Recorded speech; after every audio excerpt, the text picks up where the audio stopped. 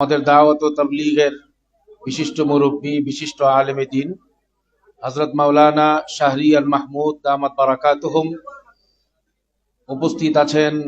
আজকে এই গুরুত্বপূর্ণ সংবাদ সম্মেলনে ভিক্টোরিয়া পার্ক মাদ্রাসা মসজিদের মুহতারাম খতিব এবং মাদ্রাসার প্রিন্সিপাল, বিশিষ্ট দাঈ হযরত মাওলানা মুফতি আমানুল হক দামাত বারাকাতুহুম, উপস্থিত আছেন অ্যাডভোকেট মতিন উদ্দিন আনোয়ার, উপস্থিত আছেন দুদক জামে মসজিদের ইমাম ও খতিব মাওলানা জুবায়ের সাহেব, উপস্থিত আছেন আমাদের দাওয়াত ও তাবলীগের সাথী জনাব রুহুল আমিন সাহেব সহ উপস্থিত আমাদের এখানে গুরুত্বপূর্ণ অনেক মুরব্বিয়ানে কেরাম।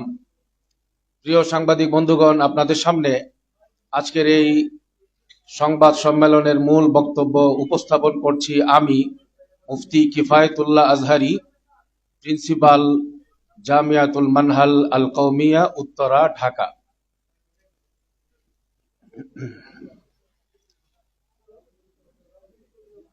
বিসমিল্লাহির রহমানির রহিম। টঙ্গী বিশ্ব ইজতেমা 2026 সম্পর্কিত তাবলিগ জামাত বাংলাদেশ শুরাই নিজামের সংবাদ সম্মেলন। প্রিয় সাংবাদিক বৃন্দ, প্রিন্ট ইলেকট্রনিক্স মিডিয়ার প্রতিনিধিবৃন্দ, উপস্থিত সুধীবৃন্দ ও দায়িত্বশীলগণ, আসসালামু আলাইকুম ওয়া রাহমাতুল্লাহি ওয়া বারাকাতুহু। আমরা মহান আল্লাহ তাআলার নিকট শুকরিয়া আদায় করছি যে আল্লাহ তাআলা আমাদেরকে ঈমান ও ইসলামের দ্বারা সম্মানিত করেছেন এবং আল্লাহ তাআলা আমাদেরকে তাবলীগি ইজতেমা বান্ধব সরকার, প্রশাসনের সকল স্তরের কর্মকর্তা ও সকল শ্রেণীর ব্যক্তিবর্গ দান করেছেন, যার ফলশ্রুতিতে আল্লাহ তাআলা টঙ্গীর বিশ্ব ইজতেমাকে বিশ্বের মুসলিম উম্মার দ্বিতীয় মিলন স্থলে পরিণত করেছেন। প্রিয় সাংবাদিক ও দায়িত্বশীলগণ, পৃথিবীতে এমন কোনো দেশ নেই যে দেশের সকল সাংবাদিক, প্রিন্ট ও ইলেকট্রনিক্স মিডিয়ার সকল দায়িত্বশীলগণ ইজতেমার মতো ধর্মীয় কাজের জন্য এত উৎসাহ ও ব্যক্তিগত অংশগ্রহণ করে বিশ্বের সকল মুসলমানদের মধ্যে ইজতেমার উদ্দেশ্য প্রচার করে থাকেন। ইজতেমা দ্বারা সাধারণ মানুষের ভিতরে হক কবুল করার যোগ্যতা পয়দা হয়, ফলে মানুষ ব্যক্তিগতভাবে দ্বীনি জিন্দেগি অনুসরণের নিয়ত করে, যাহা মানুষকে জীবনের প্রতিটি ক্ষেত্রে, প্রতিটি স্তরে রাসূলুল্লাহ সাল্লাল্লাহু আলাইহি ওয়াসাল্লামের সুন্নত পদ্ধতি তথা দ্বীন ইসলাম অনুযায়ী প্রত্যেক কাজ সম্পন্ন করতে সহায়তা করে। মানুষ নিয়ত করে ব্যক্তিগত, পারিবারিক, সামাজিক, রাষ্ট্রীয় তথা রাষ্ট্র পরিচালনা সহ সকল ব্যবস্থাপনার ভেতরে রাসূলুল্লাহ সাল্লাল্লাহু আলাইহি ওয়াসাল্লামের আনীত পদ্ধতি অনুযায়ী সকল বিষয় ভিত্তিক দ্বীনি জিন্দেগি অনুসরণ করবে। প্রিয় সাংবাদিক, প্রিন্ট ইলেকট্রনিক্স মিডিয়ার দায়িত্বশীলগণ, দাওয়াত ও তাবলীগের মূল উদ্দেশ্য হল পৃথিবীতে যত নজম বা ব্যবস্থাপনা রয়েছে সকল স্তরে দ্বীন তথা রাসূল পাক সাল্লাল্লাহু আলাইহি ওয়াসাল্লামের সুন্নাত জিন্দা করা। আলহামদুলিল্লাহ, বাংলাদেশে তাবলিগ জামাতের কার্যক্রম দীর্ঘ 70 বছর যাবৎ চলছে এবং বিশ্ব ইজতেমা 58 বছর যাবৎ হয়ে আসছে। হযরত মাওলানা ইলিয়াস রাহমাতুল্লাহি আলাইহি মদিনার 1400 বছর পূর্বের দ্বীনি দাওয়াত কার্যক্রমের আদলে 100 বছর পূর্বে এই দাওয়াতি কার্যক্রম চালু করেন। দাওয়াত ও তাবলীগের কাজ দুই ভাগে চলে থাকে। প্রথমটি হলো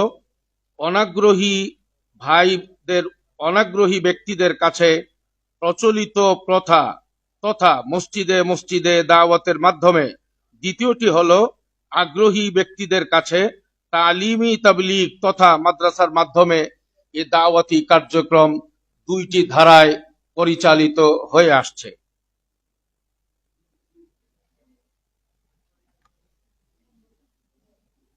প্রিয় সাংবাদিক বন্ধুগণ, হযরত মাওলানা ইলিয়াস রহমাতুল্লাহ আলাই এই জন্য কাশিফুল উলুম মাদ্রাসার মাধ্যমে তালিমি তাবলীগ এবং দিল্লির বাংলাওয়ালি মসজিদে দাওয়াত ও তাবলীগের কার্যক্রম চালু করেন।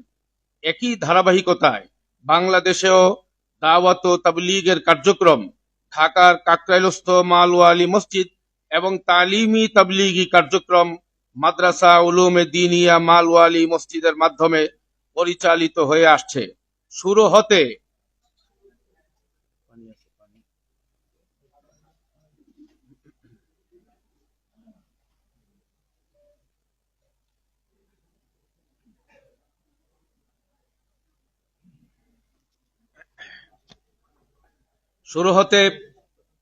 তাবলিগ জামাত বাংলাদেশের কার্যক্রম দেশীয় ব্যবস্থাপনা, প্রশাসনিক, আর্থিক লেনদেন এবং বিদেশি মেহমানদের দাওয়াতনামা সহ সকল বিষয়াদি মাদ্রাসা উলুমে দিনিয়া মালওয়ালি মসজিদের মাধ্যমে পরিচালিত হয়। টঙ্গী ইজতেমা ময়দান সংক্রান্ত সংশ্লিষ্ট নথি পর্যালোচনায় প্রতীয়মান হয় 2017 সাল পর্যন্ত একই প্যাডে ব্যবহৃত হয়ে আসছে। দুঃখের বিষয় হলো ভ্রান্ত সাতপন্থীগণ 2018 সালের অক্টোবর মাসে নিজেদেরকে নতুন পরিচয় উপস্থাপন করবার জন্য তাবলিগ জামাত বাংলাদেশ নামে নতুন প্যাড সৃজন করে তাদের নতুন কার্যক্রম চালু করেন। যদিও তাবলিগ জামাত বাংলাদেশ বা বাংলাদেশ তাবলিগ জামাত বলতে মাদ্রাসা উলুমে দিনিয়া মালওয়ালি মসজিদকেই বোঝানো হয়। প্রিয় সাংবাদিক বন্ধুগণ, আমাদের মাদ্রাসা কেন্দ্রিক কার্যক্রম যা কাকরাইলের পক্ষ থেকে পরিচালিত হয়ে আসছে এবং দাওয়াত ও তাবলীগ কেন্দ্রিক কার্যক্রম যা কাকরাইল থেকে ইতিপূর্বে শুরু থেকে পরিচালিত হয়ে আসছে, সকল কার্যক্রম ইজতেমা কেন্দ্রিক কার্যক্রম সহ সকল কার্যক্রমেই আমাদের কাকরাইলস্থ যে মাদ্রাসা উলুমে দিনিয়া মালওয়ালি মসজিদ, এই মাদ্রাসার প্যাডেই সকল কার্যক্রম পরিচালিত হয়ে আসছে। শুধুমাত্র 2018 সালে আমাদের সাদ সাহেবের অনুসারী যারা সাদপন্থীগণ, তারা নতুন এক পদ্ধতি চালু করবার জন্য তারা নতুন প্যাড তৈরি করে এবং সেই প্যাডটা দিয়েই তারা তাদের কার্যক্রম নতুন করে চালু করে। প্রিয় সুধীবৃন্দ, আপনারা নিশ্চয় অবগত আছেন কিছু স্বার্থান্বেষী ও ইসলাম বিদ্বেষী মহলের ষড়যন্ত্র ও কুপ্ররোচনায় বাংলাদেশের তাবলীগের এই মহান দাওয়াতি কার্যক্রমে কিছু লোক ভারতের মাওলানা সাদ সাহেবের পক্ষে অবস্থান নিয়েছেন। আলহামদুলিল্লাহ, দেশের জমহুর ওলামায়ে কেরাম অর্থাৎ সম্মিলিত ওলামায়ে কেরামের সরাসরি তত্ত্বাবধানে শুরাই নিজামের মাধ্যমে আমরা দাওয়াত ও তাবলীগের কার্যক্রম পরিচালনা করে আসছি। বিভেদ সৃষ্টিকারী পক্ষগণ বেআইনিভাবে টঙ্গী বিশ্ব ইজতেমার মাঠ এবং কাকরাইল মার্কাজ মসজিদে জোরপূর্বক বেআইনিভাবে প্রবেশ ও অবস্থান করার চেষ্টা চালায়। এমনকি বর্তমান সরকারকে বিব্রত করবার লক্ষ্যে সচেতন ছাত্র সমাজের নামে যমুনা ভবন ঘেরাওয়ের নামে ধ্বংসাত্মক কর্মসূচিও তারা হাতে নিয়েছিল। পরিতাপের বিষয় হলো 2024 সালের 17 ডিসেম্বর, প্রিয় সাংবাদিক বন্ধুগণ, আপনাদের সর্বোচ্চ মনোযোগ আকর্ষণ করছি। পরিতাপের বিষয় হলো 2024 সালের 17 ডিসেম্বর দিবাগত গভীর রাতে টঙ্গী ইজতেমার মাঠে জোরপূর্বক প্রবেশ করে সাতপন্থীরা ব্যাপক ক্ষয়ক্ষতি চালায় এবং প্রচুর পরিমাণ ঘুমন্ত ব্যক্তিদেরকে আহত করে এবং কয়েকজনকে ঠান্ডা মাথায় তারা খুন করে। এ বিষয়ে 2024 সালের 18 ডিসেম্বর তারিখে, অর্থাৎ যেদিন এই হত্যাকাণ্ডের ঘটনা তারা ঘটিয়েছিল এর পরের দিন 18 ডিসেম্বর তারিখে স্বরাষ্ট্র মন্ত্রণালয়ে অনুষ্ঠিত সভায় এই হামলাকে সাদ অনুসারীদের দ্বারা সংগঠিত হামলা হিসাবে নিশ্চিত করা হয়। অর্থাৎ এটা কোনো দুই পক্ষের দ্বারা সংগঠিত হামলা নয়, এটা একপাক্ষীয় হামলা। সাদপন্থীরা বিনা কারণে বিনা উস্কানিতে রাতের অন্ধকারে ঘুমন্ত মুসল্লি তাবলীগের সাথীদের উপরে তারা তাণ্ডব চালায়, নারকীয় হত্যাকাণ্ড চালায়, ঠান্ডা মাথায় তারা খুন করে, এবং এটা ছিল একপাক্ষীয় হামলা। এটা তখনকার সেই বৈঠকে রাষ্ট্রের গুরুত্বপূর্ণ উপদেষ্টাগণ তারা ঐক্যমতে তারা এই মত পোষণ করেন। তারপর সেই মোতাবেক টঙ্গী পশ্চিম থানায় দায়েরকৃত হত্যা মামলায় চার্জশিট দাখিল সহ দৃশ্যমান কোনো অগ্রগতি এখনো পর্যন্ত হয়নি। ওই সময় সরকার সাধারণ জনগণের ক্ষোভ প্রশমন ও পরবর্তী শান্তি শৃঙ্খলা রক্ষার স্বার্থে স্বরাষ্ট্র মন্ত্রণালয় থেকে 2024-24 ডিসেম্বর তারিখে 510 নম্বর স্মারকের মাধ্যমে বিশৃঙ্খলা সৃষ্টিকারী কাকরাইল মসজিদে প্রবেশ, যারা বিশৃঙ্খলা সৃষ্টিকারী সাতপন্থী তাদেরকে কাকরাইল মসজিদে প্রবেশে নিষেধাজ্ঞা দেয়, এবং আমাদেরকে অর্থাৎ শুরাই নিজামওয়ালা যাদের যে সকল মুরব্বীদের পক্ষ থেকে আজকের এই সংবাদ সম্মেলন, শুরাই নিজামওয়ালা যারা আছেন মুরব্বিয়ানে কেরাম, তাদেরকে কাকরাইল মার্কাজ মসজিদে সার্বক্ষণিক অবস্থান করে দাওয়াত ও তাবলীগের কার্যক্রম পরিচালনা করার অনুমতি দেয়। স্বরাষ্ট্র মন্ত্রণালয়ের এই প্রজ্ঞাপন যেটা জারি হয়েছে, এর পরপরই 2024-এর 4 ফেব্রুয়ারি 2025-এর 4 ফেব্রুয়ারি তারিখের 63 নম্বর স্মারকে মাওলানা সাদ সাহেবের অনুসারীগণ পরবর্তী বছর থেকে তাদের বিশ্ব ইজতেমা এবং তাবলীগী কার্যক্রম টঙ্গীস্থ ইজতেমা ময়দানে আর করতে পারবেন না। এরূপ শর্ত পূরণ সাপেক্ষে শেষবারের মতো সেই বছরের 14 থেকে 16 ফেব্রুয়ারি পর্যন্ত এই কয়দিন ইজতেমা করার সুযোগ দেয়া হয়, এবং তারা এই শর্ত মেনে স্বাক্ষর পূর্বক ইজতেমা এর জন্য মাঠ গ্রহণ করেন। আপনাদের সদয় অবগতির জন্য এতৎ সংক্রান্ত দস্তাবেজ পেশ করা হলো। এই বিষয় দুইটা সর্বোচ্চ গুরুত্বপূর্ণ বিষয়, যার ডকুমেন্ট আপনাদের হাতে হাতে পৌঁছে দেওয়া হয়েছে। অর্থাৎ যখন নাকি ঠান্ডা মাথায় খুন করা হলো, তখনকার সারা বাংলাদেশ উত্তপ্ত হয়ে গিয়েছিল। এদেশের তৌহিদি জনতা, মুসলমান, তবলিগের সাথী কেউ এই হত্যাকাণ্ডকে সহজভাবে মেনে নিতে পারছিলেন না। সেই সময়ে দেশের শান্তি শৃঙ্খলা বজায় রাখার স্বার্থে স্বরাষ্ট্র মন্ত্রণালয় থেকে প্রজ্ঞাপন জারি করে এই নির্দেশনা দেয়া হয়, যারা এই বিশৃঙ্খলাকারী সাতপন্থী তারা এই কাকরাইল মার্কাজে আর প্রবেশ করতে পারবে না, এবং শুরাই নিজামওয়ালারাই কাকরাইল মার্কাজের দায়িত্ব তারা গ্রহণ করবেন, তাবলীগী কার্যক্রম পরিচালনা করবেন। পাশাপাশি যেহেতু তারা আসলে এই হত্যাকাণ্ডের সঙ্গে তারা জড়ায় যায়, সেই জন্য সরকার নিরাপত্তার স্বার্থে এবং শান্তি শৃঙ্খলার স্বার্থে 2025-এর 2 ফেব্রুয়ারি আরেকটি প্রজ্ঞাপন জারি করেন। সেটি হচ্ছে এই সাদ সাহেবের অনুসারী যারা, তারা এই 2025-এর জানুয়ারিতে 14 থেকে 16 পর্যন্ত এই দিনগুলোতে সর্বশেষবারের জন্য বিশ্ব ইজতেমায় তারা সেখানে ইজতেমার মাঠে তারা কার্যক্রম পরিচালনা করবে, এবং এই ব্যাপারে তারা স্বাক্ষর করবে। এই শর্ত যদি তারা পূরণ করে, তাইলেই কেবলমাত্র তারা মাঠে কার্যক্রমে অংশগ্রহণ করতে পারবে। তারা সেই শর্ত পূরণ করবে, সেই মতে তারা স্বাক্ষর করেছে, এবং সেইভাবে তারা মাঠে তারা প্রবেশ করেছিল। তো এই বিষয়ে আরো গুরুত্বপূর্ণ বিষয়াদি পরবর্তীতে আপনাদের সামনে আরো আসবে।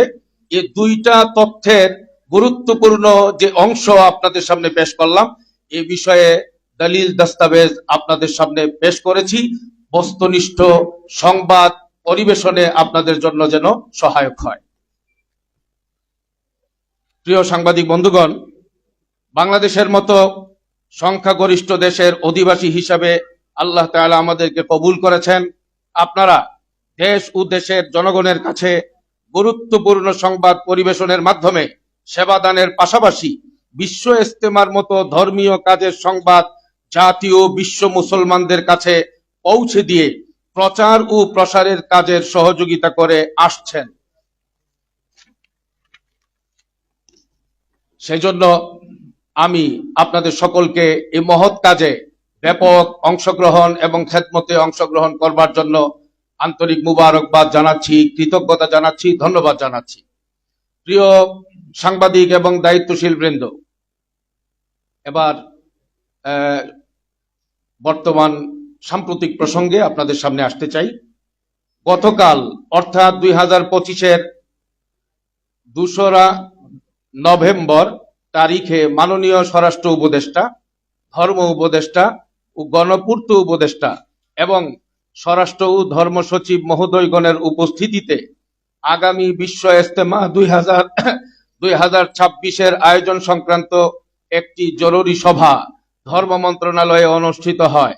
উক্ত সভায় সরকারের পক্ষ থেকে মাননীয় উপদেষ্টাবৃন্দ আগামী ইজতেমা জানুয়ারির পরিবর্তে 2026-এর মার্চ মাসে আয়োজনের লক্ষ্যে বিভিন্ন স্পর্শকাতর বিষয় সমূহ তুলে ধরেন আমাদের মুরব্বীদের সামনে। উক্ত সভায় সরকারের পক্ষ থেকে 3 জন উপদেষ্টা সিদ্ধান্ত প্রদান করেন এবং নিশ্চয়তা দেন যে বর্তমানে ইজতেমা ময়দান এবং কাকরাইলস্থ মালওয়ালি মসজিদের বিষয়ে সরকারি সিদ্ধান্ত তথা জারি করা 2টি গুরুত্বপূর্ণ পরিপত্র অপরিবর্তিত এবং বহাল থাকবে। প্রিয় সাংবাদিক বন্ধুগণ, এই বিষয়টা কোট করার মতো এবং গুরুত্বপূর্ণ বিষয়। আমাদের গতকালকের মিটিংয়ে সর্বোচ্চ গুরুত্ব দিয়ে এই বিষয়টা জানিয়েছেন আমাদের উপদেষ্টা মহোদয়গণ যে বিগত পরপর 2টা পরিপত্র যে জারি হয়েছিল কাকরাইলের মার্কাজের বিষয়ে এবং টঙ্গীর বিশ্ব ইজতেমার ময়দানের বিষয়ে, অর্থাৎ কাকরাইল মার্কাজের দ্বীনি দাওয়াত এবং দাওয়াতি কার্যক্রম পরিচালিত হবে আমাদের শুরাই নিজামের মুরব্বিয়ানে কেরামের তত্ত্বাবধানে এবং আমাদের বিশ্ব ইজতেমার মাঠে আমাদের বিশ্ব ইজতেমার কাজ পরিচালিত হবে কেবলমাত্র শুরাই নিজাম ওয়ালা মুরব্বিয়ানে কেরামের মাধ্যমে। এবং তারা যেহেতু এই শর্ত পূরণ করে গতবার সর্বশেষ ইজতেমা করেছেন, এই ইজতেমার মাঠে তাদের আর দ্বীনি কোনো রকমের কার্যক্রম, দাওয়াতি কোনো রকমের কার্যক্রমের সুযোগ নাই সরকারি প্রজ্ঞাপন অনুযায়ী। সেটা আমাদের 3 জন উপদেষ্টা মহোদয় গতকালকে সুস্পষ্ট করে আবারও জানিয়েছেন। সভায় সরকারের পক্ষ থেকে মাননীয় উপদেষ্টাবৃন্দ তাবলিগ জামাত বাংলাদেশ অর্থাৎ শুরাই নিজামের দায়িত্বশীলদেরকে আগামী টঙ্গীর বিশ্ব ইজতেমা আগামী জানুয়ারির পরিবর্তে 2026-এর মার্চ মাসে আয়োজন করার জন্য তারা অনুরোধ জানান। প্রিয় সাংবাদিক বৃন্দ, তাবলিগ জামাত বাংলাদেশ অর্থাৎ শুরাই নিজাম তাবলিগের এই মেহনতকে দ্বীনি একটি খালিস মেহনত হিসাবে বিশ্বাস করে দ্বীনি কাজের অংশ হিসেবে বর্তমান সরকারের অনুরোধকে শ্রদ্ধার সাথে গ্রহণ করে আগামী বিশ্ব ইজতেমা 2026-এর মার্চ মাসে আয়োজন করবার বিষয়ে শুরাই নিজাম ওয়ালা মুরব্বিয়ানে কেরাম একমত পোষণ করেছেন। আমরা বিশ্বাস করি সরকারের গতকালকের অর্থাৎ 2025-এর নভেম্বরের 2 তারিখের অনুষ্ঠিত অনুরোধে সবাই যে অনুরোধ করা হয়েছে সেই অনুরোধ মেনে 2026-এর মার্চ মাসে বিশ্ব ইজতেমার আয়োজন করা, এই বিষয়টাকে সরকারকে রাষ্ট্রীয় কার্যক্রমে সহযোগিতার সামিল আমরা মনে করি। মার্চ মাসে বিশ্ব ইজতেমা সুষ্ঠুভাবে সম্পন্ন করার নিমিত্তে আমরা বর্তমান অন্তর্বর্তীকালীন সরকারকে নিম্নলিখিত অনুরোধগুলো জানাচ্ছি। নাম্বার 1, আগামী মার্চ মাসে আমাদের বিশ্ব ইজতেমার আয়োজন করবার জন্য বর্তমান অন্তর্বর্তীকালীন সরকারের পক্ষ থেকে আমাদের শুরাই নিজামওয়ালা মুরব্বীদেরকে যে বিশেষ অনুরোধ জানানো হয়েছে, সেই মার্চ মাসের বিশ্ব ইজতেমাটা তো ইচ্ছে করলেই 2 দিন 3 দিনে এটা আঞ্জাম দেওয়া সম্ভব না। এটাকে সুন্দরভাবে সুচারুরূপে সফল করতে হলে দীর্ঘদিন আগে থেকেই তার প্রস্তুতি নিতে হয়। সেই প্রস্তুতির অংশ হিসেবে কয়েকটি অনুরোধ শুরাই নিজামওয়ালা মুরব্বিয়ানে কেরামের পক্ষ থেকে বর্তমান সরকারের প্রতি অনুরোধ জানানো হচ্ছে।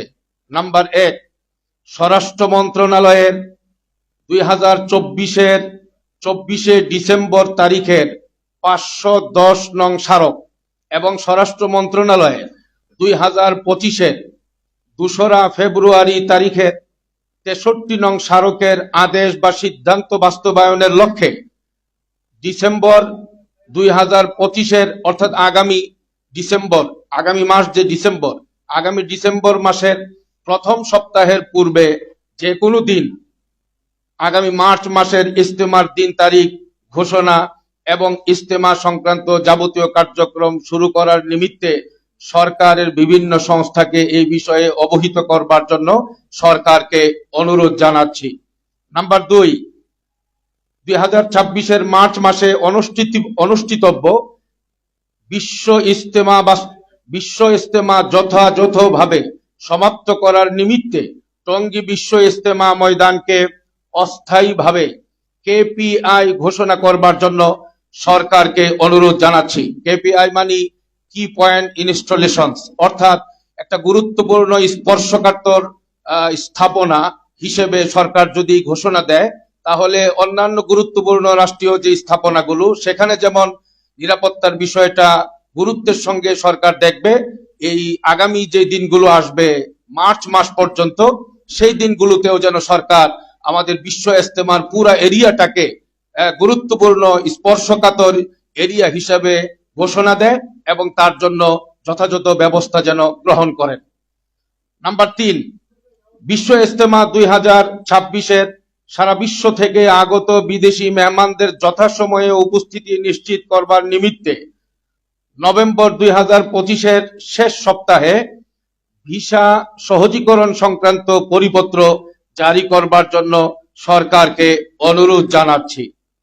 Number 4, the code of criminal procedure amendment ordinance 2025-এর সর্বশেষ সংশোধনী অনুযায়ী টঙ্গী বিশ্ব ইজতেমা মাঠের হত্যাকাণ্ডে প্রত্যক্ষ জড়িত এবং দৃশ্যমান বা প্রমাণিত হুকুমদাতাদের গ্রেফতার সহ আইনের আওতায় এনে আইনি শাসন প্রতিষ্ঠার জন্য সরকারের কাছে অনুরোধ জানাচ্ছি। বিষয়টা একটু বলি, আমাদের এই পর্যন্ত যে হত্যাকাণ্ডগুলো চালিয়েছে সাদ সাহেবের অনুসারীরা, সেগুলোর তো একেবারে পরিপূর্ণ তদন্ত সাপেক্ষে যদি কাজগুলো শেষ করার চিন্তা করা হয় তদন্ত সংস্থা, সেই জন্য বিচার কার্য শুরু করতেই অনেক সময় লেগে যাবে।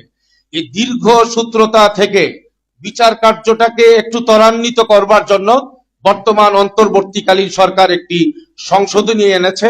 সেই সংশোধনীর আওতায় অন্তত বিশেষ চিহ্নিত যারা অপরাধী তাদেরকে আইনের আওতায় আনার ব্যবস্থা করবার জন্য জোর দাবি আমরা জানাচ্ছি। সম্মানিত সাংবাদিক বৃন্দ, প্রিন্ট ও ইলেকট্রনিক্স মিডিয়ার প্রতিনিধি বৃন্দ, উপস্থিত সুধীবৃন্দ ও দায়িত্বশীলগণ,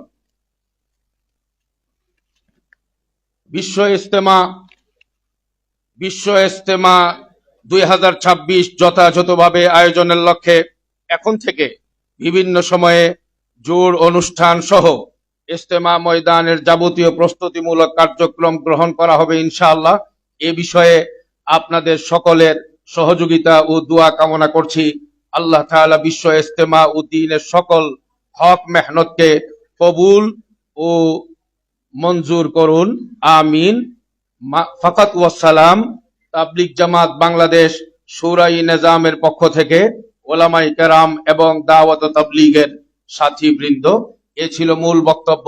প্রিয় সাংবাদিক বৃন্দ, আপনাদের অধিকতর জানবার জন্য আপনাদের যদি কারো কোনো প্রশ্ন থাকে, আমাদের মুরব্বিয়ানে কেরাম উপস্থিত আছেন, প্রশ্ন নিবেন, প্রশ্নের উত্তর দিবেন ইনশাআল্লাহ।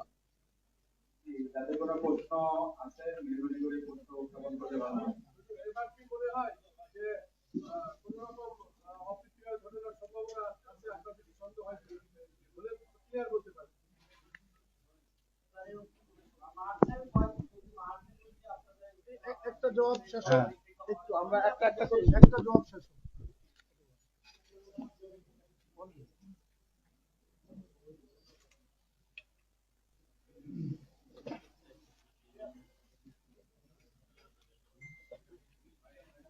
আমরা আজকে যে সাংবাদিক সম্মেলনে বক্তব্য উপস্থাপন করেছি, তা থেকে একটু স্পষ্ট হয় যে সরকার যদি উদ্যোগ গ্রহণ করেন এবং আমাদের এই শেষে 3টা আবেদন মঞ্জুর করেন, তাহলে ইনশাআল্লাহ তেমন কোনো আশঙ্কা বা আমরা শঙ্কা বোধ করি না।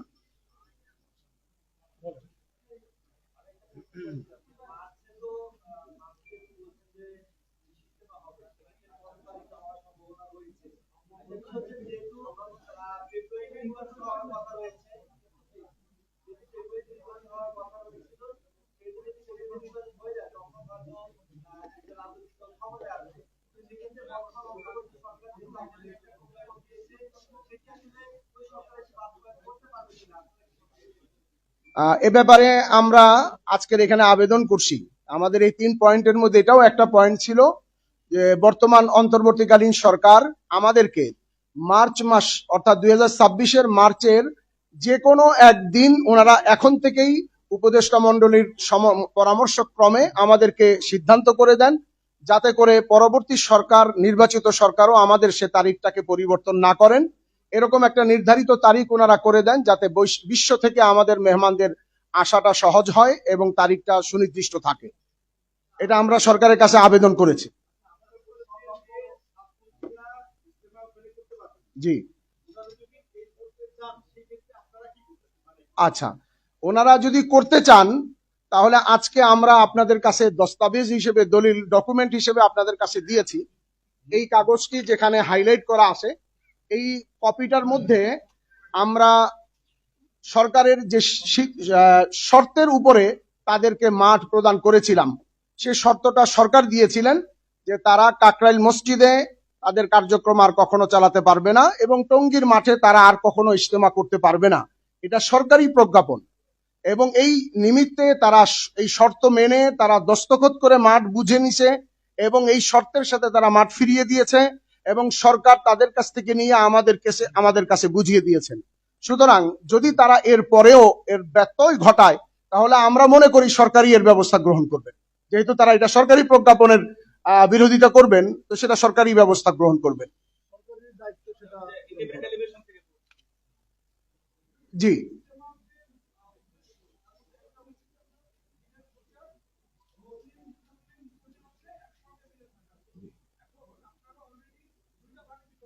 জি, জি, জি,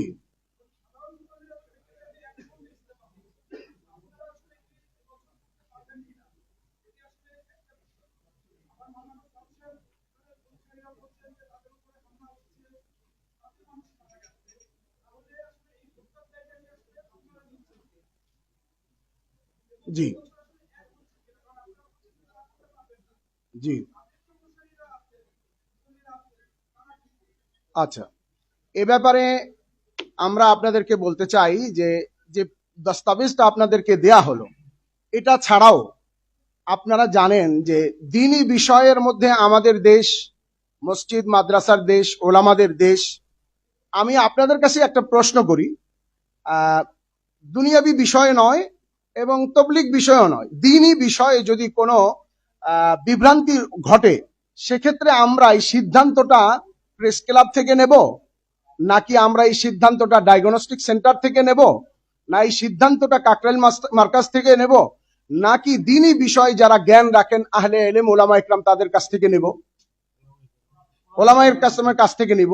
সুতরাং তাদের ভ্রষ্টতার কথা এবং তাদের আকীদার বিচ্যুতির কথা, এটা আমাদের দেশের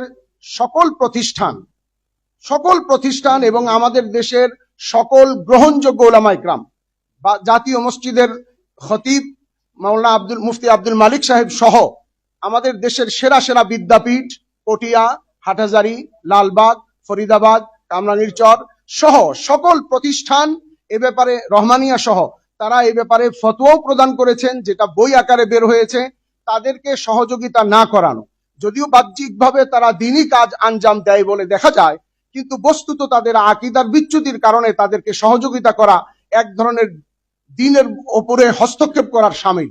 বিধায় আমরা তাদের ইজতেমা সেখানে হোক, এটা আমরা চাই না।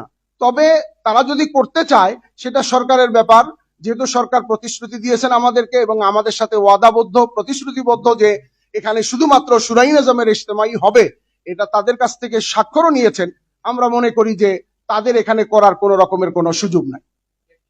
এই কথাটার সাথে না ভাইজান, ভাইজান আপনার কথার সাথে আরেকটা পার্ট ছিল, একটা অংশ ছিল, সেটা হলো যে আমি যেটা বলছি হত্যার বিষয়টাই বলছি। আপনারা একটু শোনা যাচ্ছে? হ্যাঁ, আশা করি শুনবেন ইনশাআল্লাহ। আপনারা একটু যদি পিছনের দিকে যান এবং পিছনের ঘটনাগুলোকে আপনারা খতিয়ে দেখেন, আশা করি মিল খুঁজে পাবেন। যেই রাত্রে হত্যাকাণ্ড হয়েছে 17 তারিখে ডিসেম্বরে, দিবাগত রাতে, সেই সময়ে এর আগের দিনেই এই সাদ সাহেবের অনুসারী যারা বাংলাদেশে সাদপন্থী, তাদের যিনি প্রধান মুরব্বী বাংলাদেশে ওয়াসিফ সাহেব, উনি উনি ওনার পক্ষ থেকে একটা পত্র পাঠিয়েছেন। সেই পত্রটার মধ্যে উনি লিখেছেন যে এইবারের জোটটা হইল সম্পূর্ণ ব্যতিক্রমী জোট, সবাই যার যার মতো করে প্রস্তুতি নিয়ে আসবা, হাতের মধ্যে টর্চ লাইট এবং বিভিন্ন রকমের প্রস্তুতি, শুকনো খাবার, এই সবগুলো নিয়ে আসবা। এই ধরনের কথা তো আমাদের তবলিগ জামাতের জোরের প্রস্তুতির ভিতরে কখনোই থাকে না। রাতের অন্ধকারে এইভাবে টর্চ লাইট নিয়ে আসবে। আর আমাদের ওলামায়ে কেরামের সাথে যারা চলেন এবং ওলামাদের তত্ত্বাবধানে, শুরাই নিজামের তত্ত্বাবধানে যারা তবলিগি কার্যক্রম চালান, কাকরাইল এবং ইস্তেমার মাঠে যারা থাকেন, তাদের তো ওইরকম কোনো প্রস্তুতি ছিল না। রাতের বেলায় তারা ঘুমন্ত ছিলেন এবং সেই ঘুমন্ত ব্যক্তিদের উপরে তাদের প্রধান মুরব্বীদের নির্দেশে তারা অগত্যা অতর্কিত হামলা চালায়। এবং এটাও আপনাদের সামনে আনতে চাই, বর্তমান অন্তর্বর্তীকালীন সরকার তাদেরকে বলেছিলেন আপনারা একটু থামেন, একটু ধৈর্য ধরেন, আগামীকাল 18 তারিখ আপনাদের সঙ্গে মন্ত্রণালয়ে বৈঠক হবে। কিন্তু তারা ওই রাত পর্যন্ত তারা ধৈর্য ধরে নাই। ওই রাতের মধ্যেই কিসের ইশারায়, কিসের জন্য তারা অতর্কিত হামলা চালালো। এবং হামলা যে তারা চালাইছে 30,000-এর মতো কাছাকাছি লোক তারা নিয়ে এসে তারা সন্ত্রাসী কায়দায় ভিতরে ঢুকলো এবং যেটা আমাদের সকলকে ভাবাইছে, পুরা দেশকে তখন উত্তাল করে দিয়েছিল, সকলেই উদ্বিগ্ন ছিলেন।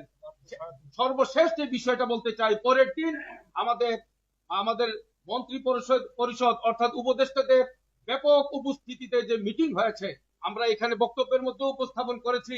তারা সবাই বলেছেন যে এটা দুই পক্ষের না, একপাক্ষীয় হামলা এবং এটা কেবলমাত্র সাদপন্থীরাই একতরফা হামলা করেছে। নিশ্চিতভাবে একতরফা হামলা যদি কেউ করে, সেই একতরফা হামলার ভিতরে তো নিজেদের মানুষও তো তাদেরই ভুলের কারণে রাতের অন্ধকারে আক্রমণের শিকার হতে পারে। প্রথম যে বিষয়টা দেখা, সেই বিষয়টা হলো আক্রমণকারী কারা।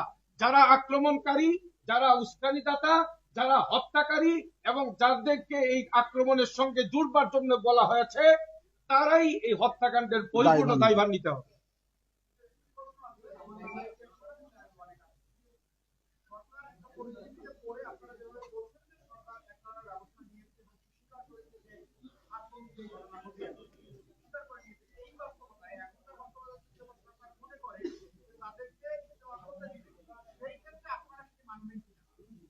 এক্ষেত্রে আমার একটা ইয়া হলো, প্রশ্ন হচ্ছে যে আপনারা এই গণতান্ত্রিক বাংলাদেশে কারো আপনারা একটা অনুসরণ করেন, তারাও একটা অনুসরণ করে, আপনারা যে দাওয়াত দেন তারা সেই দাওয়াত দেন। হয়তো আপনারা যেটা বলছেন আকিদা করতে সেটা সামান্য, ব্যাজের কোনো প্রবলেম না, তারা এখানে অন্য কোনো ধর্মের দাওয়াত দেয় না। সেটাকে দেখে বিশাল একটা অংশ কি আপনারা আপনাদের মতো করে তাদের যে আপনারা যেটা বলেন যে আপনারা ইস্তেমা করবেন, তাদেরকে করতে দেবেন না, সেই অধিকার আপনারা আসলে রাখেন। সেই বিষয়টাই আমরা এখানে কিছুটা এসে গেছে, বাকিটা আপনাদের সামনে পরিষ্কার হয়ে যাবে ইনশাআল্লাহ। গণতন্ত্র বলছি, গণতান্ত্রিক বিষয় যেটা, এটা রাজনৈতিক বিষয়। রাজনৈতিক বিষয়ে দেশের জন্য, সমাজের জন্য, জনগণের জন্য যে কেউ যার যার মতো করে তার চিন্তা লালন করার অধিকার রাখে। কিন্তু কোরআন এবং হাদিস এর কথা যারা বলবে, তারা যার যার মতো করে কোরআন বিকৃত করে তারা উপস্থাপন করবে, এই অধিকার আল্লাহ তাআলার পক্ষ থেকে দেওয়া হয় নাই। এই জন্য রাসূল সাল্লাল্লাহু আলাইহি ওয়াসাল্লামের তরিকা, সুন্নাত, হাদিস এবং কোরআনে পাকের অনুসরণ করে যারা তবলিগ করবে, তারাই মূল ধারা, তারাই সহি এবং তারাই একমাত্র আল্লাহ রাসূলের কথা বলার অধিকার রাখে। এর বাইরে কেউ অধিকারই রাখে না, 1 নম্বর। 2 নম্বরে যে প্রজ্ঞাপনটা জারি হয়েছে, প্রিয় সাংবাদিক বন্ধুগণ, যে প্রজ্ঞাপনটা জারি হয়েছে যে সাতপন্থীরা 2025-এর 2রা ফেব্রুয়ারিতে যে প্রজ্ঞাপন জারি হয়েছে, ইস্তেমার মাঠে তারা এবারই শেষবারের জন্য আর ঢুকতে পারবে না। হ্যাঁ, এটা কিন্তু সরকার সহজভাবে দেয় নাই। সরকার দেখেছে যে তাদের একসঙ্গে ইস্তেমার মাঠে তারা ওখানে যাওয়া, এটা নিরাপত্তার জন্য হুমকি, এটা দেশের আইন শৃঙ্খলার জন্য হুমকি। এবং যাদের কাছে ইসলাম নিরাপদ, যাদের কাছে দেশ নিরাপদ, যাদের কাছে এই দেশের জনগণের নিরাপত্তাটা আশা করা যায়, এবং যারা এই পর্যন্ত এই দেশের সর্বস্তরের ওলামায়ে কেরাম যাদেরকে মনে করতেছেন যে তারা হক এবং সত্য মেহনত নিয়ে চলতেছে, তাদেরকেই তো আমরা না, আপনারাও একজন ইমানদার ভাই হিসাবে, আল্লাহর গোলাম রাসূল পাকের একজন উম্মত হিসাবে আল্লাহ তাআলার পক্ষ থেকে যে দিন আসছে সেই দিন পালন করবেন, এবং কোন রকমের ভ্রষ্টতা গুমরাহি থেকে বেঁচে ওলামাদের অনুসরণ করে আমরা জান্নাতে যাব, এই চিন্তা আমরা সবাই লালন করি। সার্বিক বিবেচনা, দেশের শান্তি শৃঙ্খলা, দেশের সব রকমের পরিস্থিতির বিবেচনায় সরকারই এই সিদ্ধান্ত নিয়েছে যে ইজতেমার মাঠে এরা যারা নাকি দাঙ্গা হাঙ্গামা চালায়, হত্যাকাণ্ড চালায়, তাদেরকে ওখানে ঢুকতে দেওয়া যায় না। Thank you.